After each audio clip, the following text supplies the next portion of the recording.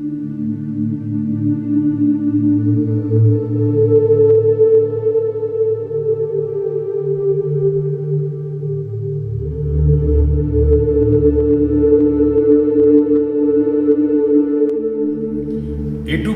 टीकेडी news की इस श्रृंखला taekwondo India 1975, 2020 and untold story को आप लोगों द्वारा सराहा जा रहा है। आपके सजेशंस भी मिलने लगे हैं। आप सभी का बहुत बहुत धन्यवाद। और आप विश्वास कीजिए कि A2P टीकेडी न्यूज की पूरी टीम हिंदुस्तान की ताइक्वांडो को निष्पक्ष रूप से बिना किसी से डरे डंके की चोट पर आपके सामने लाने के लिए दिन रात पुरजोर मेहनत कर रही है। और हम भी चाहते हैं कि हिंदुस्तान की ताइक्वांडो से जुड़े लोग सामने आकर हमारे इस प्रयास को सार्थक करें। हमारे कुछ सुलझे अनसुलझे सवालों के जवाब अपनी जुबानी देकर हिंदुस्तान की ताइक्वांडो पर पड़े पर्दों को हटाने में अपना योगदान दें। आपको ध्यान होगा कि हमने आपको बताया था कि कैसे 1998 के चुनाव के बाद 2000 में मास्टर जिग्त्यानी को गिरफ्तार कर हरियाणा के कुरुक्षेत्र की अदालत में पेश किया गया। अब जान लीजिए कि जिस मामले में हरियाणा पुलिस मास्टर जिग्त्यानी को लखनऊ से गिरफ्तार कर लाई थी, 2008 में मास्टर जिमी आर जिग्त्यानी को वर्षों की लंबी प्रक्रिया के बाद निर्दोष घोषित कर दिया गया। तो क्या सिर्फ और सिर्फ मास्टर जिग्त्यानी को नीचा दिखाने की मंशा से ताकत का इस्तेमाल किया गया था? क्या इस प्रकार के आरोपों से सिर्फ मास्टर जिग्त्यानी की ही बेइज्जती हुई, या फिर स्वार्थ सिद्धि के चलते ताइक्वांडो को भी शर्मसार कर दिया गया था? अदालत द्वारा इनोसेंट पाए जाने के बाद मास्टर जिग्त्यानी द्वारा भी लखनऊ की अदालत में मानहानि का केस मास्टर चंद्रशेखर और हरीश कुमार जी के ऊपर कर दिया गया। ये मामला अभी भी लखनऊ की अदालत में विचाराधीन है। ताइक्वांडो इंडिया की इस श्रृंखला के तीसरे एपिसोड में हमने आपको बताया था कि कैसे ताइक्वांडो फेडरेशन ऑफ इंडिया और ताइक्वांडो खेल में वरिष्ठ खिलाड़ियों को दरकिनार कर नॉन टेक्निकल लोगों का वर्चस्व बढ़ने लगा था और ये लोग अपनी महत्वाकांक्षाओं को पूरा करने के लिए किसी भी हद तक जा सकते थे। और ऐसा ही एक बदनुमा दाग हिंदुस्तान की ताइक्वांडो पर लगा 2010 में। 2010 में आयोजित first India open taekwondo championship में आखिरकार हुआ क्या था? 2010 विशाखापट्टनम में first India open international taekwondo championship का आयोजन किया गया था। तो आखिर वहां ऐसा क्या हुआ था जिससे न सिर्फ हिंदुस्तान की ताइक्वांडो शर्मसार हो गई, बल्कि ताइक्वांडो की गरिमा को भी तार-तार कर दिया गया?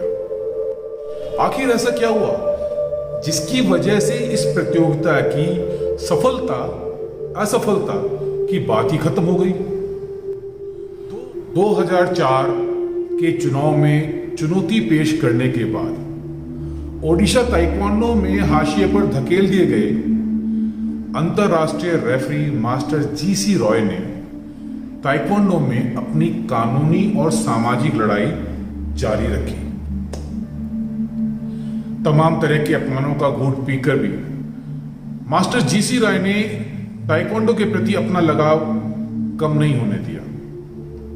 2009 में दिल की बीमारी से उभरते ही उन्होंने ताइक्वांडो में अपनी भागीदारी शुरू कर प्रतियोगिताओं में आना जाना शुरू कर दिया। आखिर एक खिलाड़ी में खेल के प्रति भावना भी कोई चीज होती है। मार्शल आर्ट खेलों के इतिहास में कोचों का आपस में भिड़ जाना कोई नई बात नहीं है, परंतु सभी जानते हैं कि कोचों की यह लड़ाई मात्र कुछ मिनटों तक ही सीमित रहती थी। खेल के निर्णय के पश्चात यह मनमुटाव खत्म हो जाया करता था, परंतु वो सभी खिलाड़ी होते थे। उनके अंदर खेल और जीत के प्रति जुनून होता था, ना कि किसी की चापलूसी के लिए खेल से खिलवाड़ करने की भावना।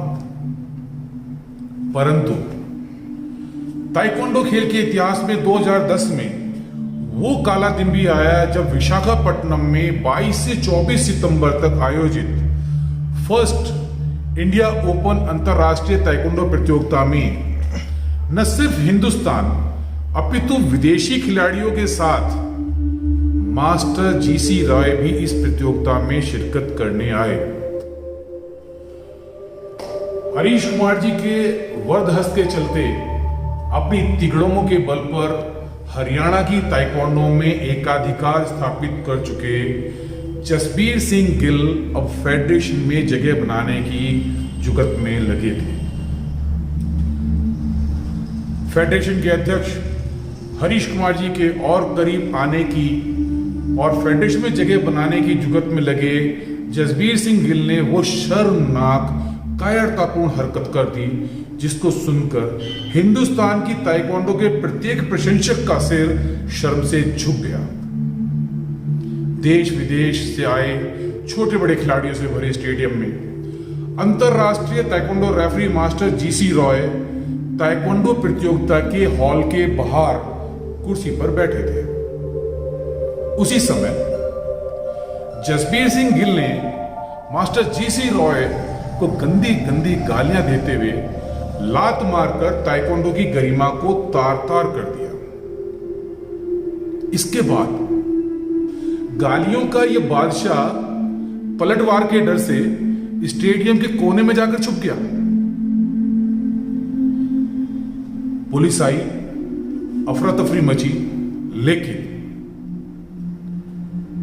विशाखापट्टनम से सुरक्षित निकलने की कोशिश में इन्हीं जसबीर सिंह गिल ने अपने कुछ साथियों के संरक्षण में मास्टर जीसी रॉय से सार्वजनिक रूप से माफी भी मांग ली। अब इसको मानसिक रूप से विक्षिप्त व्यक्ति की हरकत माना जाए या फिर वर्दहस्त की ताकत का नशा।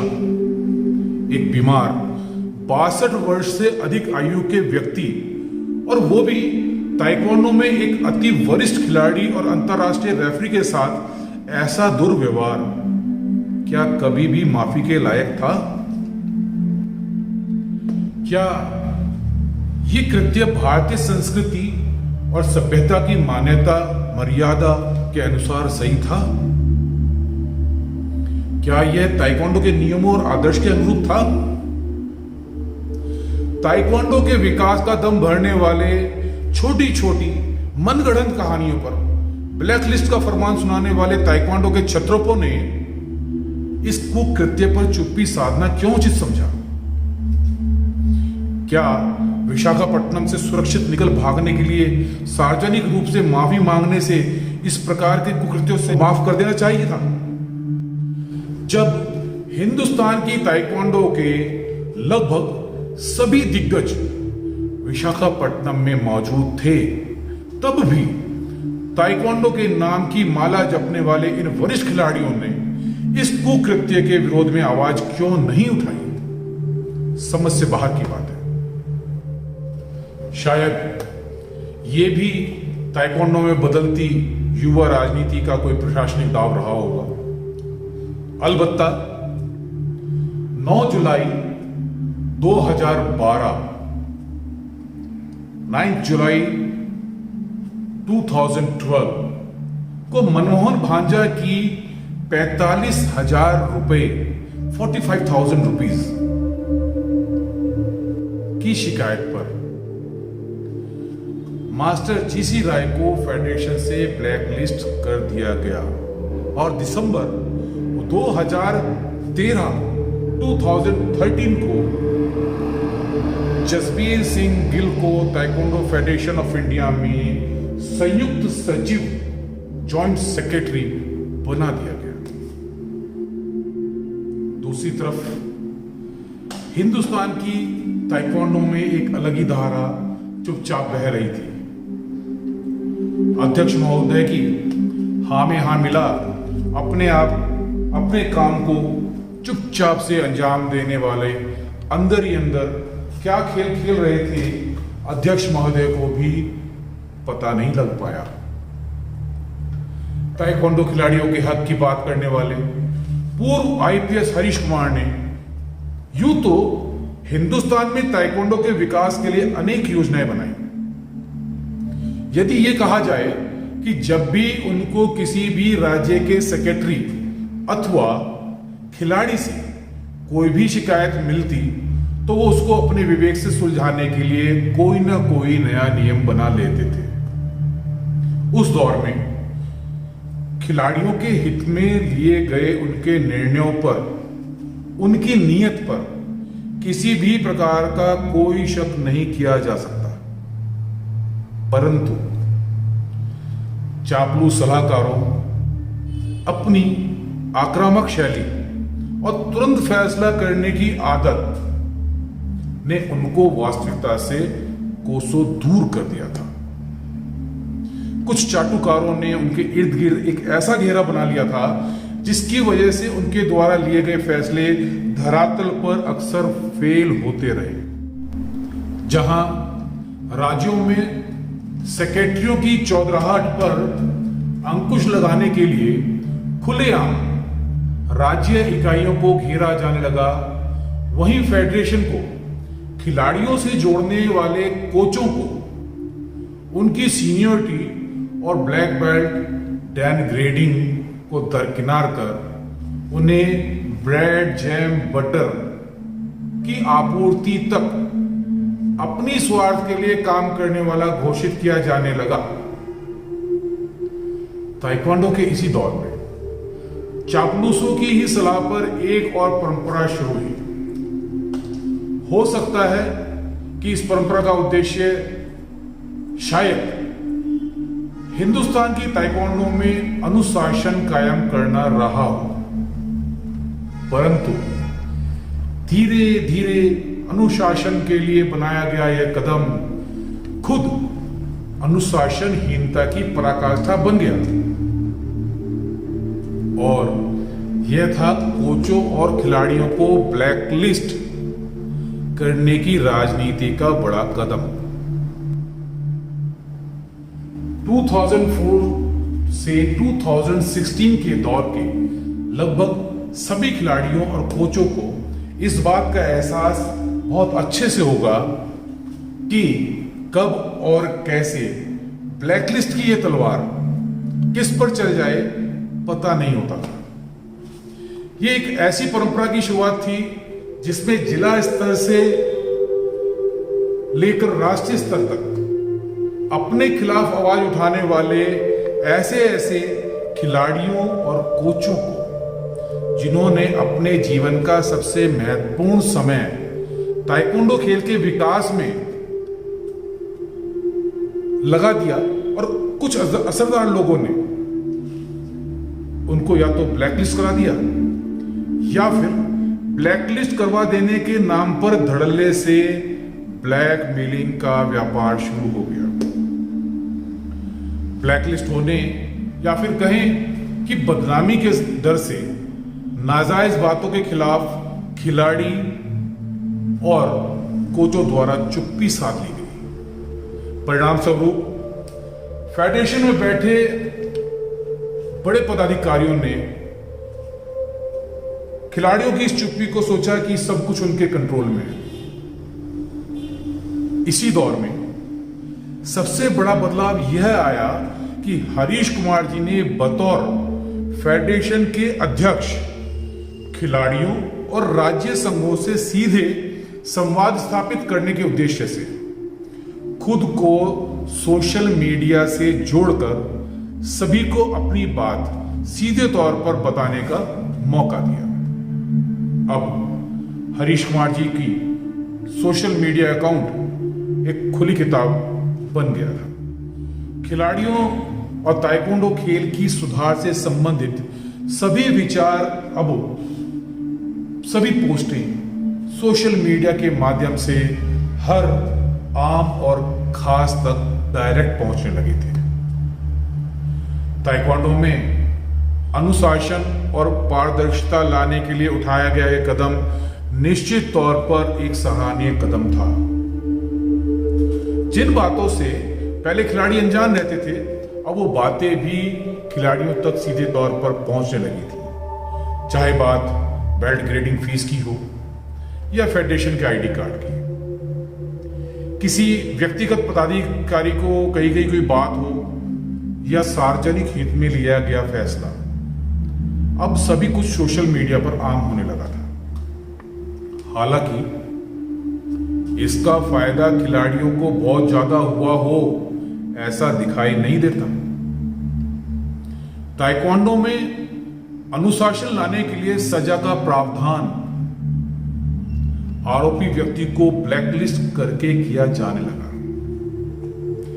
इस योजना का कुछ चापलूस किस्म के कोचों और राज्यों के सेक्रेटरियों ने जमकर फायदा उठाया।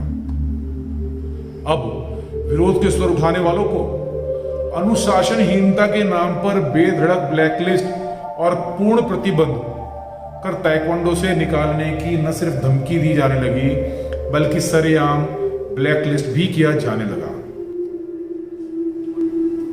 वर्षों तक ताइक्वांडो की सेवा करने वाले खिलाड़ियों को बकायदा ब्लैकलिस्ट करके उनके नाम वेबसाइट पर अपलोड भी किए जाने लगे। नतीजा यह निकला कि या तो लोगों ने चुप्पी साधना ही बेहतर समझा या फिर ताइक्वांडो को ही अलविदा कह दिया, और नतीजतन चापलूसों की मनमानी बढ़ती गई। ताइक्वांडो से एक एक करके उन सभी महारथियों को निकाल दिया गया, उन सबकी छुट्टी कर दी गई जिनका प्रत्यक्ष अप्रत्यक्ष रूप से हिंदुस्तान की ताइक्वांडो के विकास में कोई ना कोई योगदान रहा था। कई वर्षों तक ताइक्वांडो की साधना करने वाले कोच और वरिष्ठ रेफरी भी इन नई खलीफाओं के आगे सिर झुकाए खड़े रहने लगे थे। पहली पंक्ति में इन जैसे तथाकथित ताइक्वांडो प्रमोटर, ताइक्वांडो प्रेमी, और पीछे की लाइन में तकनीकी रूप से सक्षम ताइक्वांडो को आगे ले जाने वाले लोग खड़े होने लगे। बदलाव की राजनीति अब पूरी तरह हावी हो चुकी थी और सच्चाई से अनजान उच्च पदाधिकारी खिलाड़ियों और कोचों की इसी चुप्पी को अपनी योजना की कामयाबी मान बैठे। यहां एक बात बहुत ही दिलचस्प है कि बड़े बड़े अपराधियों से निपटने वाले पूर्व वरिष्ठ पुलिस अधिकारी इन चापलूसों की कार्यशैली को क्यों नहीं समझ पाए। इन चापलूसों की कार्यशैली थी ही कुछ इस प्रकार की कि हरीश कुमार जी के पास पहुंचकर पहले ही ऐसी भूमिका बांध दिया करते थे कि जब शिकायतकर्ता अपनी शिकायत लेकर पहुंचते थे तो शिकायत करने वाले को सिवाय बेइज्जती के कुछ भी नहीं मिलता था। इन चापलूसों की गुंडागर्दी इस कदर बढ़ गई कि ताइक्वांडो को अपनी निजी जागीर समझने लगे। किसी भी छोटे बड़े ताइक्वांडो के आयोजन को जबरदस्ती बंद कराने के लिए बल प्रयोग किया जाने लगा। हरीश कुमार जी ताइक्वांडो से चौधराहट खत्म करने की बात करते थे। वहीं दूसरी ओर उन्हीं के विशेष सलाहकार या कहें तो निजी व्यक्ति अपने आप को सार्वजनिक रूप से ताइक्वांडो का चौधरी घोषित करते थकते नहीं थे। मेरी समझ में आज तक एक बात यह नहीं आई कि अपने पैसों से, अपनी मेहनत से, अपनी लगन से ताइक्वांडो सीखने वाले खिलाड़ियों और फेडरेशन से बिना किसी आर्थिक मदद लिए खिलाड़ियों को फेडरेशन से जोड़ने वाले प्रशिक्षकों को ब्लैकलिस्ट जैसे शब्दों से अपमानित करने का अधिकार आखिर कैसे और किसने दिया।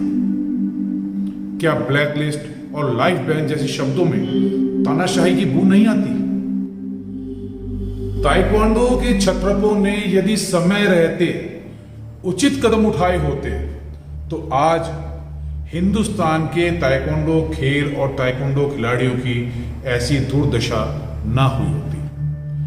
हिंदुस्तान की ताइक्वांडो का विश्लेषण यदि 2000 से पहले की ताइक्वांडो और बाद के वर्षों में आए बदलावों के आधार पर किया जाए तो तकनीकी रूप से मार्शल आर्ट और ताइक्वांडो स्पोर्ट्स का फर्क साफ नजर आएगा।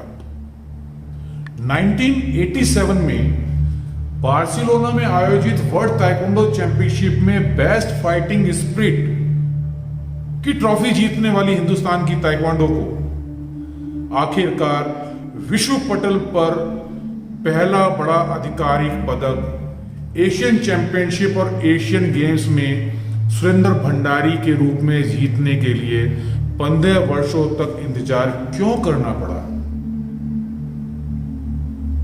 हालांकि ऐसा नहीं है कि इस बीच हिंदुस्तान के खिलाड़ियों ने अंतर्राष्ट्रीय स्तर पर पदक प्राप्त नहीं किए, परंतु ना तो इन पदकों को और ना ही इन पदकों को जीतने वाले खिलाड़ियों को ताइक्वांडो के क्षत्रपों ने कभी भी आगे बढ़कर तराशने की कोशिश की। अंतर्राष्ट्रीय स्तर पर अपने पैसों अपने जुनून से खेलकर जीतने वाले क्या ताइक्वांडो के खिलाड़ी नहीं थे? क्या ये पदक बिना लड़े ही आ गए थे? बहुत से लोगों का मानना है कि जब नेशनल में ही मेडल नहीं है तब अंतर्राष्ट्रीय मेडलिस्ट को कैसे मान लिया जाए।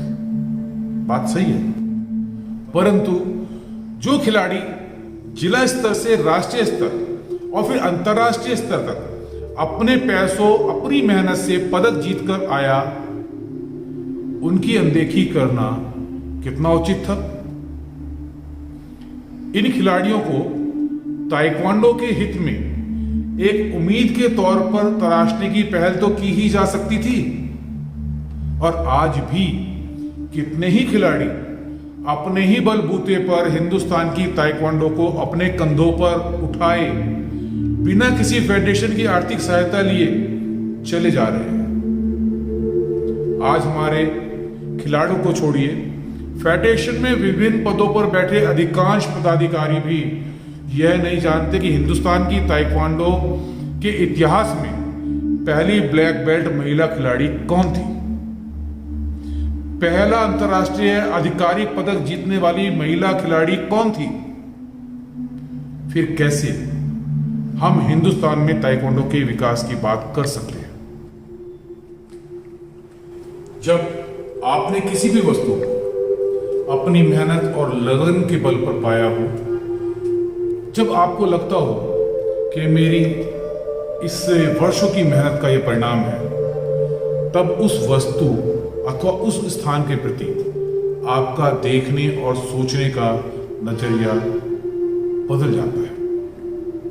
परंतु जब आपने वही स्थान, वही वस्तु अपनी चालाकियों, छल और कपट के माध्यम से पाया हो, तब आपका नजरिया उस स्थान, उस वस्तु के प्रति बिल्कुल अलग होता है। 2004 से पहले अधिकतर पदाधिकारी ताइक्वांडो अथवा मार्शल आर्ट्स से सरोकार रखने वाले खिलाड़ी लोग थे।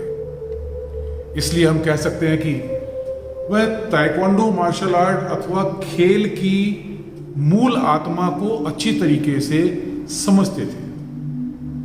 चाहे तमिलनाडु से पी सिल्वम, कर्नाटक से मराठी चंद्रशेखर, उड़ीसा से मास्टर जीसी राय या फिर उत्तर प्रदेश से मास्टर जिमी जित्यानी, सभी तकनीकी रूप से विशुद्ध मार्शल आर्ट के ही खिलाड़ी थे और उनका सीधा सरोकार ताइक्वांडो की प्रोग्रेस और फेलियर से जुड़ा था।